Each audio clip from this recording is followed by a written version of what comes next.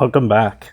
Today we're going to take a look at the TRN BA5, and that is BA5 for 5 balanced armatures per earbud, no dynamic drivers, just straight BAs in this guy. So this is pretty brand new. I think it's been out for a couple weeks, but not too many people have it in their hands. And like I said, my open boxing of this guy, there weren't many on Amazon, and the Indie Audio Store added their listing on Amazon, and they generously sent me this version for review. So we'll thank them for sending this so I can talk about it with you guys. So you can see it's on Amazon. The prices, I think, are all the same from all the vendors. $69.99, $68.99. I think they were. This is the mic version, so I think it's $1 more than the other one. But generally, that's what they're going for on Amazon. So let's kind of go through the agenda here. This is sort of the Blon style agenda that I came up with last time, and it at least keeps me on track, and hopefully this won't be a 20-minute version of the BA5, but it may be. So the biggest question, no dynamic driver, right? Dynamic driver in the V90, no dynamic driver. Is the BA5 suitable for bass heads? And the quick answer is going to be no. It's just not. There's just not any sub bass extension kind of at all. If you're into any bass, if you like the Blon, the DT6, the ZSX, this guy is not for you. If you were one of those who said the Blon had way too much bass, this one is for you. Not that there isn't any bass, but sub bass specifically, there's plenty of bass. But if you're looking for the rumble, I'm not going to find the rumble with BA bass. So we'll get that out of the way. Do I need to buy a cable? So the answer is kind of maybe. I'm going to say sort of maybe yes. So what I started seeing with some of the initial reviews were kind of the problem I had with the ZSX initially. If you use the stock cable and you complain that the mids are a little thin, that was the point at which I switched cables on the ZSX. And I didn't even use the stock cable on this guy because this happens to be the Inu upgraded cable, which I wanted to try anyway. So this is actually the Inu 16 core silver and blue, silver plated copper, but with a blue stripe through it. So if you're gonna go spend $60 on this guy, I would say that either you have a QDC cable, because that's what was new with this BA5, was that these are actually straight up QDCs. So if you have a KZ cable, upgrade cable that you have, I would at least try that, see if that works better for you.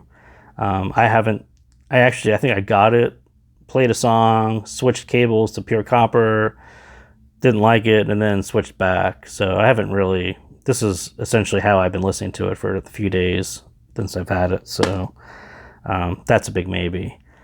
Tip wise, these are the KZ star tips, and they always just seem to work for me. I know they don't work for everyone, but I think they bring out the bass a little bit on these guys, so I kind of stuck with it.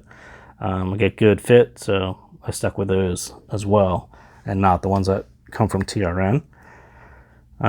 So the biggest complaint, which I think is going to happen with this guy, are going to be the mids. So I think the general question is this neutral tuned? Is it V tuned? It's sort of reminiscent of the Blon, and I'll probably say that a few times, where it's either very shallow V, depending on what your threshold is for the difference in decibels. It's either super shallow V or it's kind of neutral tuned with a little boost. Those are two sides of the same coin, basically. But so what happens is, especially on the bass, the mid bass especially is actually elevated a little bit, and that doesn't bother me at all. It should be, because it sounds great. But not quite neutral. And then the mids, depending on who you are and what songs you're listening to, I saw someone who said they were recessed, but for me, they're definitely a little bit forward. And that was sort of my nitpick on the V90 was not the vocals were not forward enough for me. They were a bit recessed. And then I put on the BA5. I'm like, that is perfect. That is exactly what I wanted on the V90. Bring the vocals a little forward, and that's what appeals to me. And the flip side of that is not going to appeal to someone. And so if you're looking for something that was straight neutral tuned, that's not the BA5 either. I definitely think the vocals were brought a little forward, and I have a whole little section there for that, because I think that is what I perceive. And second, right sort of at the upper end of the mids as it goes into the treble, there's a peak. There's definitely an elevation there that affects certain voices, especially in that high range.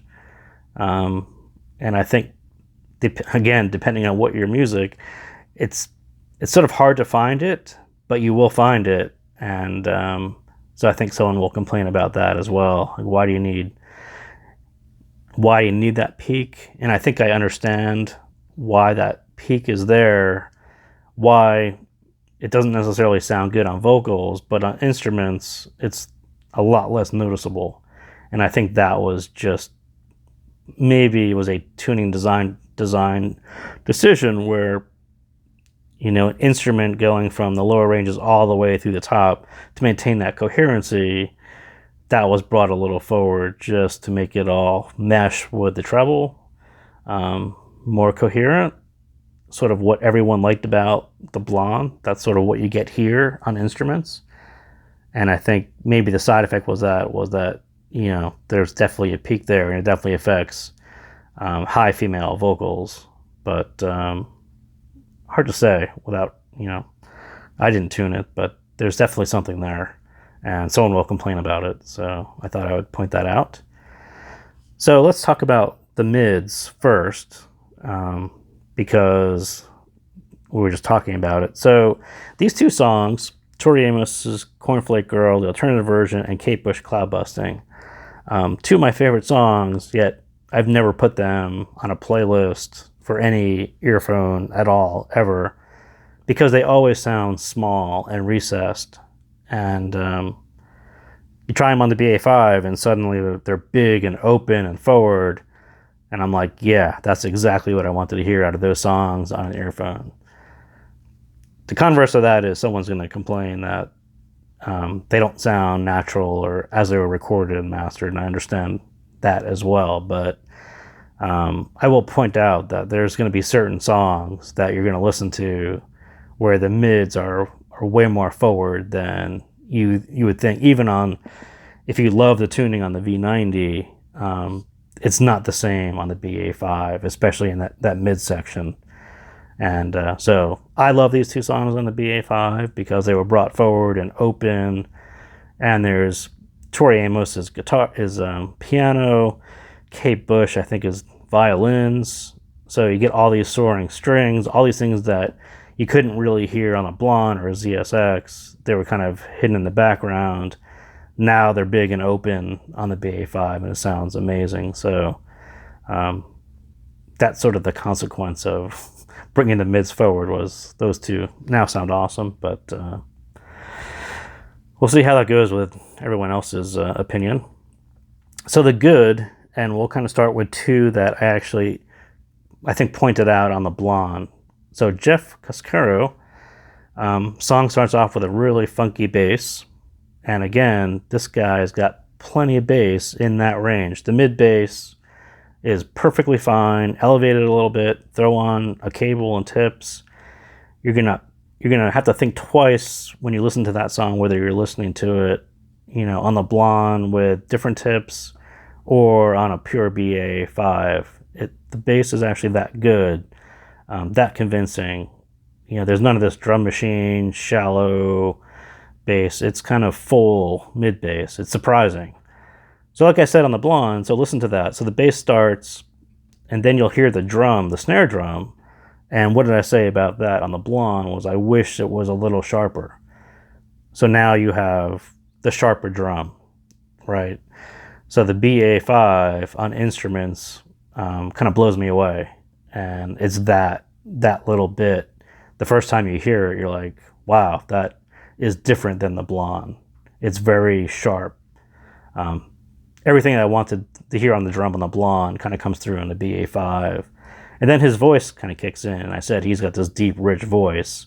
And again, you hear the deep, rich voice on the BA5. So same thing on Little Sadie. So I think on instead of Little Sadie, I think I did the Holly Cole Trio. I see clearly now. So, very smooth female vocals. But for the BA5, so the Holly Cole Trio, I think is just a standing bass. Little Sadie is banjo, violin, and something else, and a very smooth female vocal. But I'm always drawn to the instruments on the TRN BA5. So, the banjo and the violins, all those strings that come through as soaring and bright and amazing sounding, all that comes through on the BA5. So all those things that I would say sounded okay on the Blon, but the Blon was very much focused on the vocals because they sounded so amazing and rich and deep because of that emphasis on the bass. So think about the converse of all of those things all happen on the BA5, and you don't miss the bass as much because you're listening to everything else.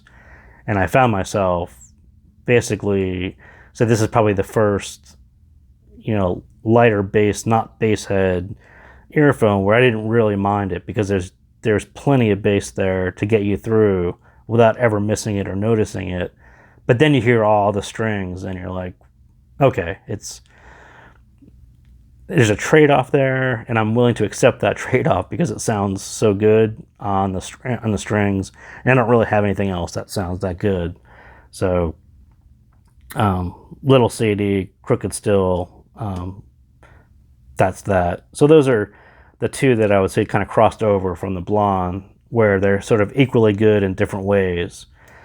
So second complaint that people would have on BA specifically is it cold and analytical? Is it, is there any sort of reverberations, details? Is it too fast? All those things that I've noticed on certain earphones that kind of drive me crazy because it always sounds like it's too fast and clipped. The voices aren't hanging out there to decay naturally. And so that was sort of my big fear because I like vocals is there going to be a absolute lack of warmth on any of these songs? And it's surprising how good the decay sounds on this guy. And I think that was sort of intentional. And again, it's like Blon reminiscent of, and I think the vocals, that part of them, they're actually, again, I like it better than the V90, and I wasn't a super fan of the V90, but the way this is tuned, it's just more appealing. I never once thought that it was too fast. When you hear Lady Gaga shallow, so his voice, he's just kind of singing out there, and you'll hear all the reverberations and the airiness around his vocals. It's all there. It doesn't clip to perfect silence. You hear all that atmosphere. Everything you should hear to be natural sounding is all there. And very warm, like I said. So the bass sort of adds the warmth to it. And when people were saying, well, there's a somewhat lack of the mids were a little thin, that doesn't really come through with me. And maybe it's the tips, maybe it's the cable, but listen to this song. It sounds, almost like the Blon. It's because there isn't that strong bass. You're kind of stuck right in that middle between the two, and really good. So Bradley Cooper's voice, he's at the lower end, so that sounds fine. So then Lady Gaga, same thing. You get a nice deep Lady Gaga voice, And then the piano kicks in, and this is kind of what I said on the DT6 was she is sort of behind the piano. The piano will come in a little forward, and so that happens as well. But then when you listen to the attack on the keys, that is different than the Blon. So much sharper, kind of like the drums again. You'll be like, oh, that's weird. That's new. So sort of rediscovered that guy. So Sam Smith's Too Good for Goodbyes, just a warm male vocal. If you can kind of get past that song, you kind of figure that vocals sound pretty good across the board, on the male side anyway, because he bounces around in range, and it just kind of sounded dead on to me. You almost forget that you have BAs on because it sounds kind of as rich and deep as it should. So that was good. So then let's kind of move on to the great things. You know, it's nice to compare it to the Blon, and it does a lot of things similarly, but where it really shines are on the instruments. And I sort of caught myself forgetting about the vocals, which is something I usually don't do, but I do on the BA5 because all the instruments sound amazing. So kind of going back to my youth, Sonic Youth, Dirty Boots.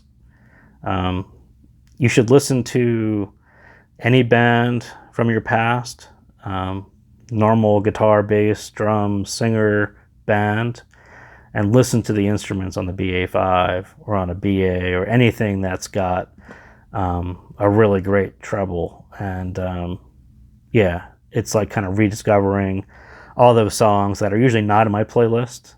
Like my playlist is typically bass heavy. So, you know, these songs, so Sonic Youth, Dirty Boots, really catchy song, but, you know, I was kind of blown away about how good it actually sounds because the voices and the instruments, all that combines into a great rendition of that song. So Whoa Kids, Run Boy Run, you've probably heard it on dance shows or movies, or it's like a popular song that no one knows the name of or who wrote it, but it sort of brings out the soaring part of the BA5s. You know, all the treble extension that you wanted on the BA5, all the non-fatiguing, non-peaky treble that happens on the BA5, all that kind of in that one song. And so again, reminiscent of the Blon, the treble, or maybe the T4, if you read any of the hype on that. So think about the Blon with an extended higher treble, but still rolls off like the Blon. So there's no fatigue, there's no sibilance. That's sort of what comes through. And I think that is why I like the BA5, because the treble is just higher than the Blon, but rolls off similarly. So whether you listen to Run Boy Run or Deadmau5's Strobe, which is sort of the orchestral version of that song, with very soaring strings. And on the Blon, you sort of, I waited for the lower version, the lower parts of the song, and you kind of cringe at the higher points. You know, you're assuming that you're going to hear something harsh and something peaky, but it never happens on the Blon. So the same thing happens on this, except now you're attracted to hearing all the soaring strings because they sound really, really good, better than the lower parts do. So again, it's one of those things where it's the same song I've been listening to, but you'll hear it differently on this, and you'll be attracted to the different parts. And so yeah, the first night I got caught up on the TRN. I was just listening for hours because I was re-listening to a lot of songs or songs that I haven't listened to in a long time, hearing them again in this style of, you know, 5 balanced armatures, no dynamic driver, really emphasizing the treble. It was all kind of all new for me. And so the last thing I'll say about, you know, why it's sort of similar to the Blon, and it actually happened on the Strobe as well, is the soundstage. So the ZSX was sort of wide, but it's sort of centered in your head. And then we had the Blon, which pushed the vocals just a little bit forward and wider, and it sort of sounded like you were in that front row effect, right? The guy is kind of just in front of you singing, all the instruments are over to the side. It's this seamless kind of wall of sound where you kind of forget that it's inside my ear, outside my ear. Seamless is what it was. So this sounds pretty similar to that. If they didn't listen to the Blon and take cues from how that soundstage sounded, and try to replicate that on the BA5, I'd be kind of shocked, because the presentation is very similar, and it kind of comes through on Strobe, where it starts off sort of inside, kind of a little bit inside of your ears, and then you'll just hear it kind of work its way out, and it's seamless. It's not like, oh, there's this wacky sound like David Bowie's Space Odyssey. There's a new 2019 remaster of that, and the very beginning of that has got some wacky mastering where the sound starts here and it starts moving over, but it's actually above and below. You almost hear 4 quadrants, and those 4 quadrants come through in here, but you're hearing like odd audio cues, right? Whereas Strobe, it's sort of a more continuous, natural progression, wider, in and out, left and right. And that is it was very reminiscent of how it was on the Blon, and why I like the Blon so much, that continuous soundstage where you sort of lose a discrete left, center, right.